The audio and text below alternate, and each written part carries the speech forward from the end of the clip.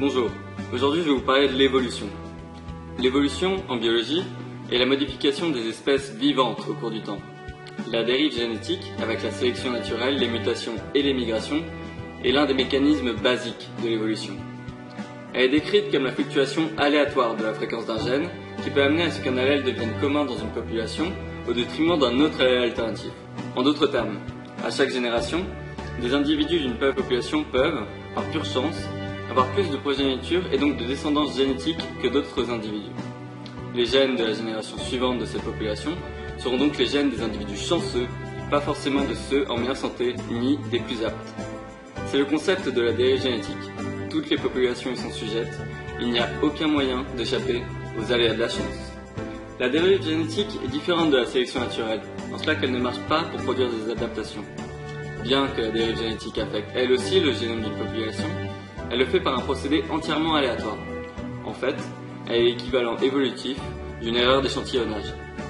Imaginez qu'on prenne aléatoirement 10 billes dans un sac où il y a initialement 100 billes, 50 vertes et 50 beiges, et qu'à chaque tour, on refasse un sac de 100 billes selon les proportions des billes tirées. Voilà comment cela pourrait se passer. On voit bien que le ratio de chaque couleur dérive. Cette dérive a lieu dans les populations d'organismes. Du fait de plusieurs facteurs aléatoires, les ratios de chaque allèle ne sont pas identiques d'une génération à l'autre. Il s'agit donc d'une forme d'évolution. La dérive génétique a des effets importants sur l'évolution.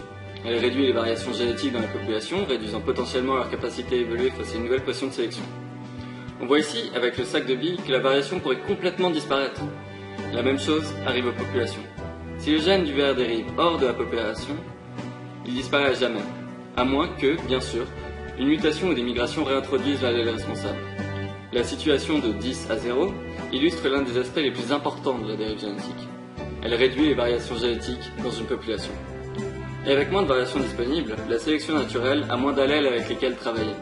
Si l'allèle du ver disparaît et que la population se retrouve dans une situation où il serait avantageux d'être vert, la population est coincée. La sélection naturelle ne peut plus augmenter à la fréquence de ce gène puisqu'il n'existe plus. La sélection naturelle n'a d'effet que quand l'allèle est déjà présent dans la population. Elle ne crée pas de nouvelles variations.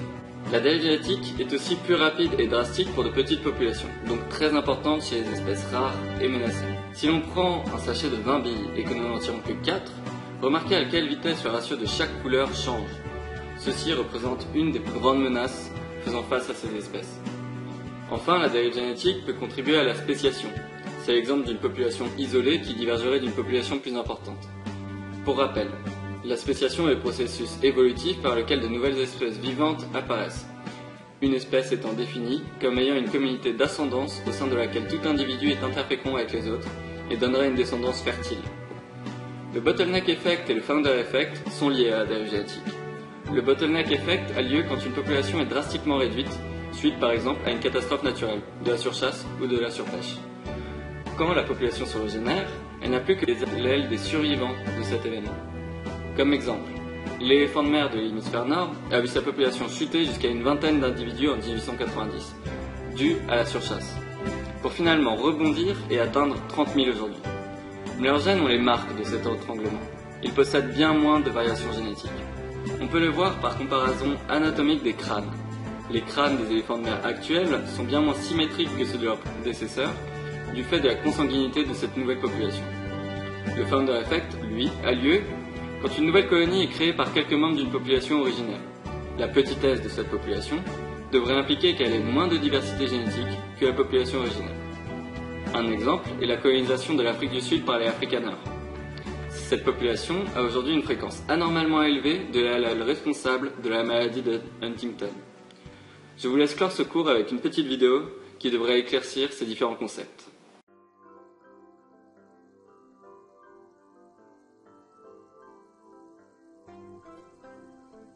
In this tutorial, we will talk about several topics in evolution: the founder effect, bottlenecking,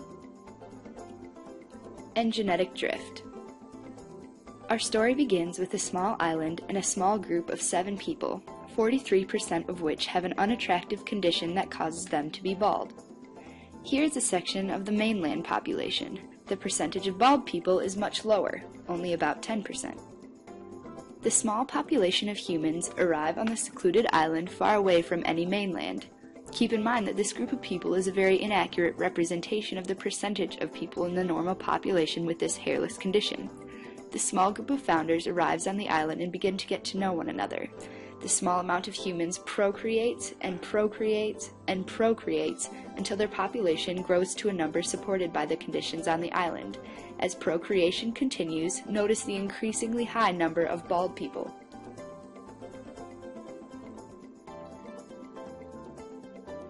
After another survey of the population, we can see that there is a much higher percentage of bald people on the island. This is a result of the founder effect. Because the founders of the island had a much higher percentage of people with a genetic condition, and therefore their descendants do too. Suddenly, a natural disaster comes and wipes out all of the population, except for a few survivors.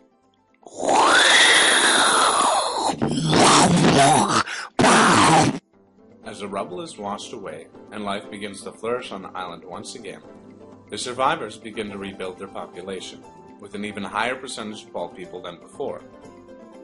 This is a result of bottlenecking. There was already a high percentage of the condition on the island before the disaster. When nearly all the population is wiped out, the survivors' genetics are passed on to their descendants, who represent an even higher percentage of the bald people than before the disaster.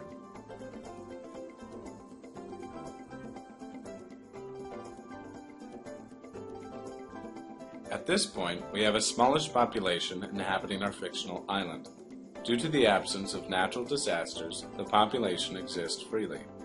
However, the factor of randomness has yet to be examined. As chance will have it, gradually more and more people with hair survive, and subsequently reproduce on the island. Especially due to the small population, the allele frequencies gradually change over time, resulting in a drift of phenotypes from bald to hairy.